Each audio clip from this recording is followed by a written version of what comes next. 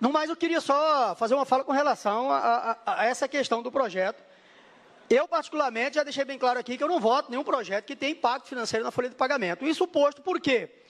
Uma vez que o próprio governo do Estado ele vem a público, ele não paga o RGA dos servidores, porque, em tese, a receita corrente líquida ela já está acima dos 49%, então não pode ser concedido o RGA.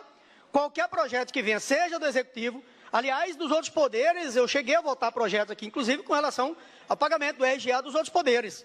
Mas quero deixar bem claro que eu não voto mais nenhum projeto que tenha impacto na folha de pagamento, enquanto não se resolver essa questão, principalmente da PEC inflacionária. Quanto à questão aqui, presidente, essa discussão de quem defende servidor e quem não defende servidor, eu acho que também tem que parar com essa falácia aqui nessa casa.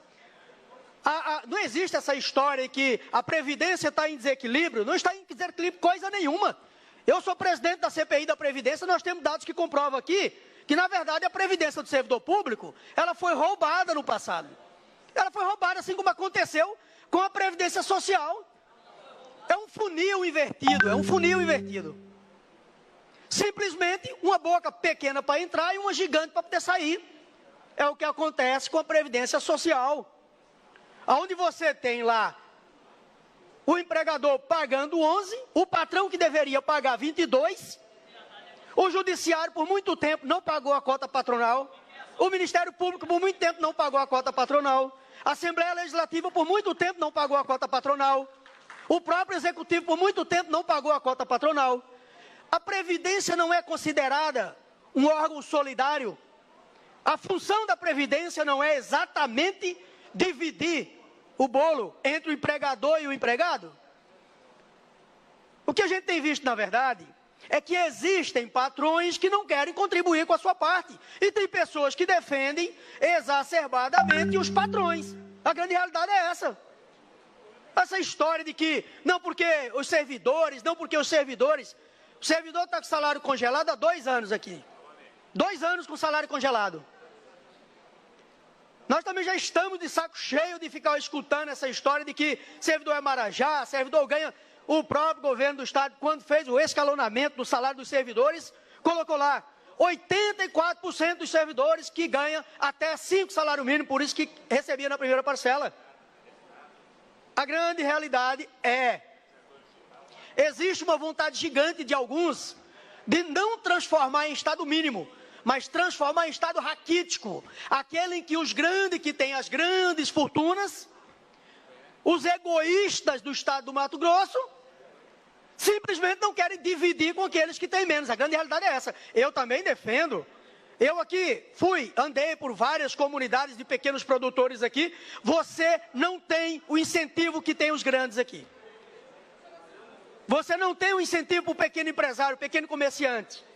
O que se tem é uma demagogia barata. Chega de pagar imposto, mas chega dos grandes. Porque, na verdade, quando vai levantar o produto final que chega lá no consumidor, ele chega com a carga.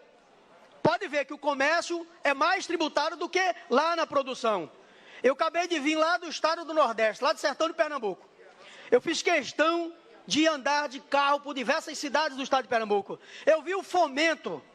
E aqui já vou logo deixar bem claro, antes que venham me taxar de esquerda, de Lula livre, de seja lá o que for, nem direita, nem esquerda, nem nada disso. Mas eu também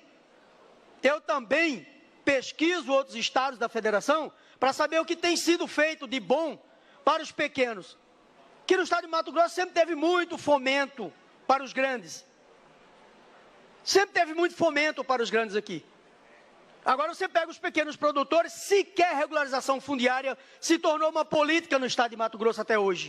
Para que o pequeno possa pegar lá a sua certidão e ir no banco buscar um investimento para poder plantar banana, vai plantar mandioca, vai plantar lá seja o que for. Eu estive em vários municípios, deputado Wilson Santos, nordestino lá do Vale do Cariri. Estive em Serra Talhada. Eu estive lá em Serra Talhada, andei por algumas comunidades lá e eu vi o fomento aos pequenos produtores. Eu vi plantações de banana. E olha que lá os estados do Nordeste é considerado estados miseráveis.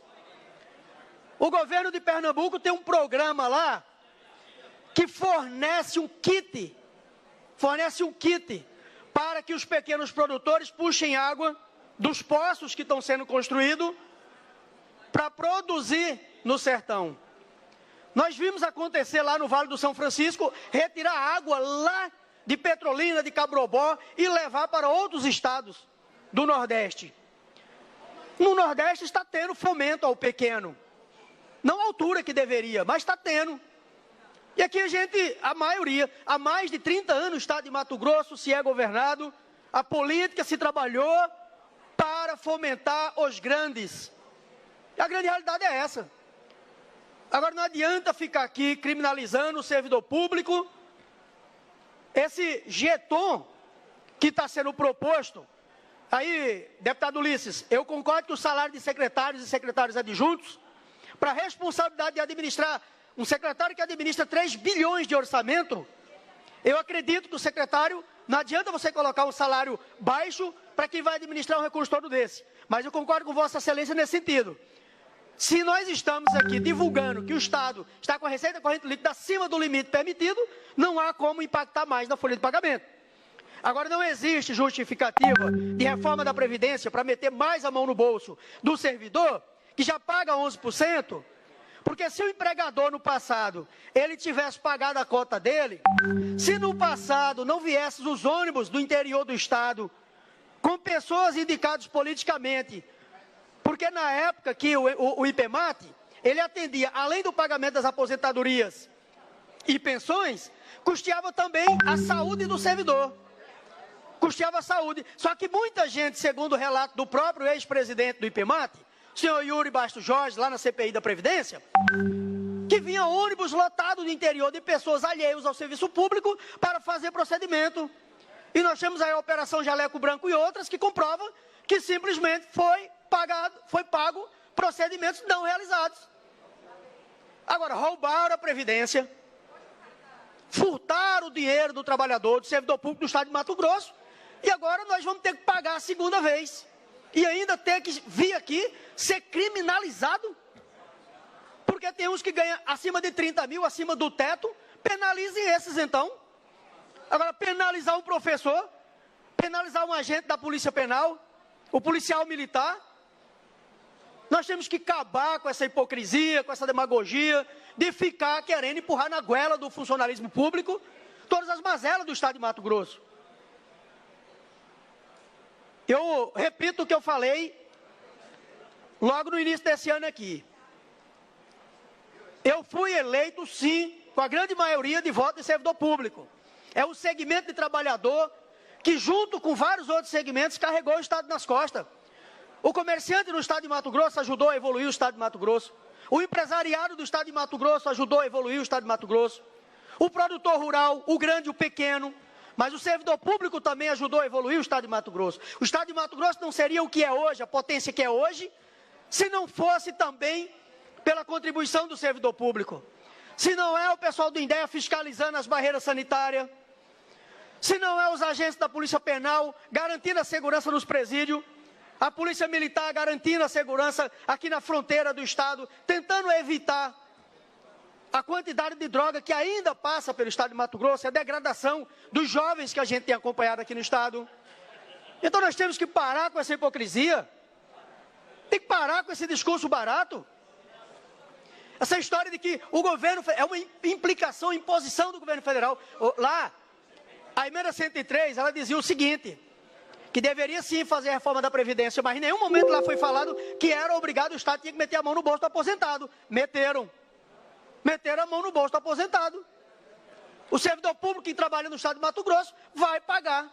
Tem gente que ganhava um salário de 4 mil reais, já desconta uma porrada, já tem que descontar. Às vezes paga imposto de renda, vai ter que pagar, cheio de comissionado, de empréstimo que ele já tem, agora vai ter que pagar mais 14% de previdência, porque alguém nos roubou no passado e agora eu vou ter que pagar novamente. Deputado.